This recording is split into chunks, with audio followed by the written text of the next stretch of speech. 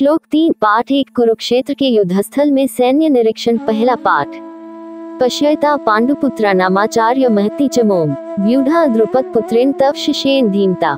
हे आचार्य, आपके बुद्धिमान शिष्य द्रुपद पुत्र धृष्टद्युम्न द्वारा व्यूहाकार खड़ी की हुई पांडुपुत्रों की इस बड़ी भारी सेना को देखिए।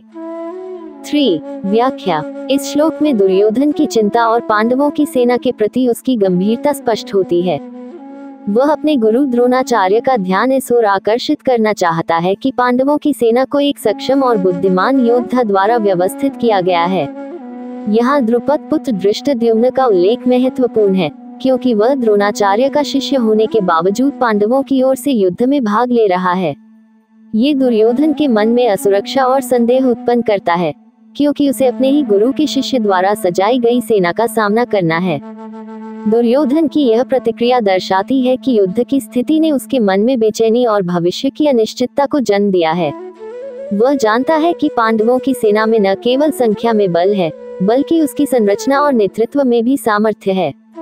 इस प्रकार ये श्लोक महाभारत युद्ध के प्रारंभिक मनोवैज्ञानिक तनाव को दर्शाता है, जहां दुर्योधन की चिंता और सावधानी स्पष्ट रूप से उभरकर सामने आती है। श्लोक 4, 5, 6 पाठ 1 कुरुक्षेत्र के युद्धस्थल में सैन्य निरीक्षण। पहला पाठ। अत्र शूरा महेश्वासा भीमार्जुन समायुधि योयुधानो विराटश्च द्रुपदश्च महार्थः दृष्टकेतुश्चेकितानः काशीराजश्च वीर्यवान् पुरुजित कुन्तिभुजश्च शाब्यश्च नरपुर्वः युधामन्युश्च विक्रांत उत्तमौजाश्च वीर्यवान् सौभद्रो द्रौपदेयाश्च सर्वैव महार्थाः।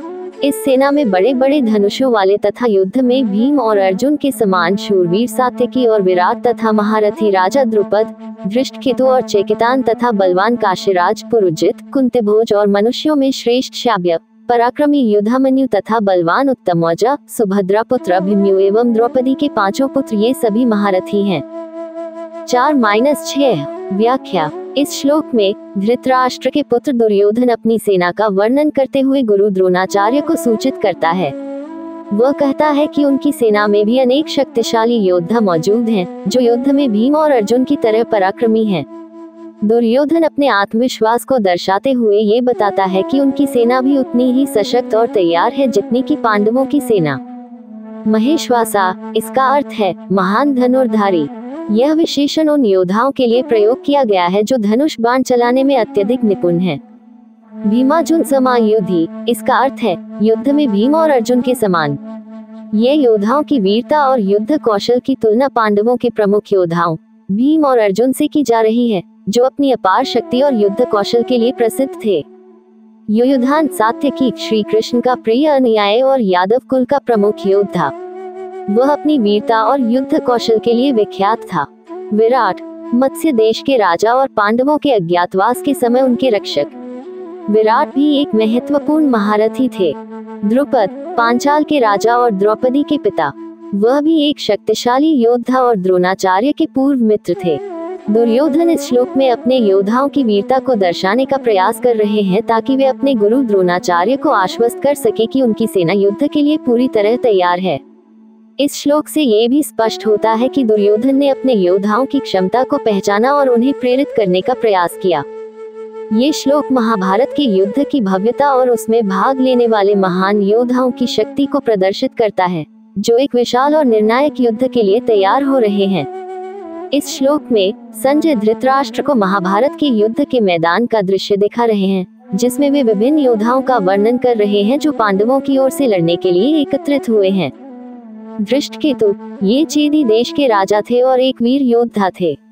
वे पांडवों के पक्ष में युद्ध कर रहे थे। चेकितान, ये वृष्णि वंश के थे और श्री कृष्ण के मित्र थे। चेकितान एक महान योद्धा थे और पांडवों की सेना के प्रमुख सेनानायकों में से एक थे।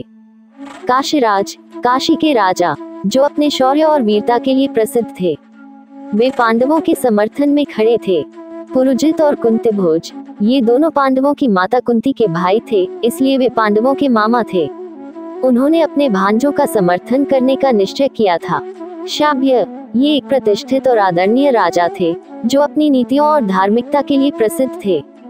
वे भी पांडवों की सेना में शामिल थे। इस श्लोक में वर्णित सभी योद्धा महान पराक्रमी और साहसी थे, और पांडवों के प्रति उनकी निष्ठा और समर्थन उन्हें धर्मयुद्ध में विशेष महत्व प्रदान करता है। ये योद्धा महाभारत के युद्ध में महत्वपूर्ण भूमिका निभाने वाले थे। इस श्लोक में धृतराष्ट्र द्वारा अपने सेनापति संजय से पांडवों की सेना का विवरण देते हुए कहा गया है। वह बताता है कि पांडवों की सेना में प्रमुख योद्धाओं में युधामन्यु, उत्तमौजा, अभिमन्यु जो सुभद्रा के पुत्र हैं, और द्रौपदी के पुत्र भी शामिल हैं। ये सभी महारथी महान योद्धा हैं जो युद्ध कौशल और वीरता में अत्यंत निपुण हैं। यहाँ विशेष रूप से महारथा शब्द का प्रयोग किया गया है, जिसका अर्थ है कि ये योद्धा न केवल शारीरिक शक्ति में प्रबल हैं, बल्कि युद्ध की रणनीति और कला में भी निपुण हैं। यह इस बात की ओर संकेत करता है कि पांडवों की सेना केवल संख्या में ही नहीं, बल्कि गुणवत्ता में भी अत्यंत मजबूत है। यह उल्लेख इसलिए महत्वपूर्ण है कि इससे धृतराष्ट्र को यह अंदेशा हो जाता है कि कौरवों के लिए ये युद्ध आसान नहीं होगा, क्योंकि पांडवों के पास भी श्रेष्ठ योद्धा और महारथी हैं।